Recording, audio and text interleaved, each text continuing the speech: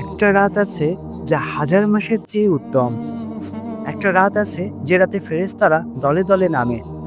একটা রাত আছে যেখানে আপনার নাম জান্নাতের তালিকায় লেখা হয়। আপনি কি জানেন সেই রাত কোনটা? এই রাত হলো লাইলাতুল কদর। কোরআনে আল্লাহ নিজেই এই রাতের কথা বলেছেন। লাইলাতুল কদর হাজার মাসের চেয়েও উত্তম। সে রাতে ফেরেশতারা ও রূহ অবতীর্ণ হয় তাদের রবের অনুমতিতে। সূরা কদর আয়াত ৩ ও ৪। রাসূলুল্লাহ সাল্লাল্লাহু আলাইহি ওয়াসাল্লাম বলেছেন, যে ব্যক্তি ঈমান ও সওয়াবের আশায় লাইলাতুল কদর ইবাদত করে, আল্লাহ তাআলা তার পূর্বেকার সকল গুনাহ মাফ করে দেন। সহিহ বুখারী। এক রাতে ইবাদত মানে ৮৩ বছরের ইবাদতের সমান সওয়াব।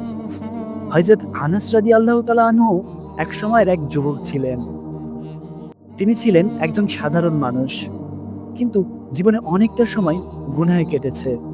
রমজান এলে তিনি নিজেকে বদলাতে চাইতেন।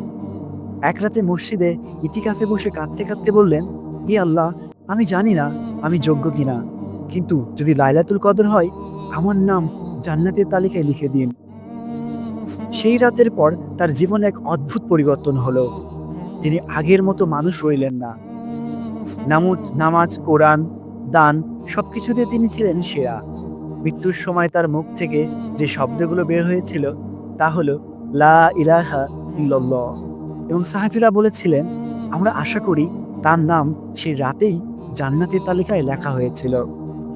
এই গল্প আমাদের শেখায়, লাইলাতুল কদরের রাত খুঁজে নিন শেষ ১০ রাতের বিজয় রাতে।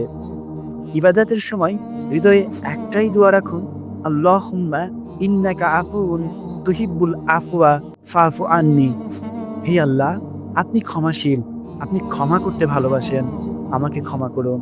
রাসূলুল্লাহ সাল্লাল্লাহু আলাইহি সাল্লামের দোয়া শেখাতেন তার স্ত্রী আয়েশা রাদিয়াল্লাহু তাআলা আনহুকে। ভাই ও বোন, এক রাত আপনার পুরো জীবন বদলে দিতে পারে।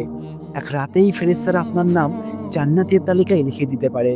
আজ থেকেই প্রস্তুতি নিন, কারণ কেউ জানে না আগামী রমজানে আপনি থাকবেন কিনা। ভিডিওটি ভালো লাগে সাবস্ক্রাইব করুন।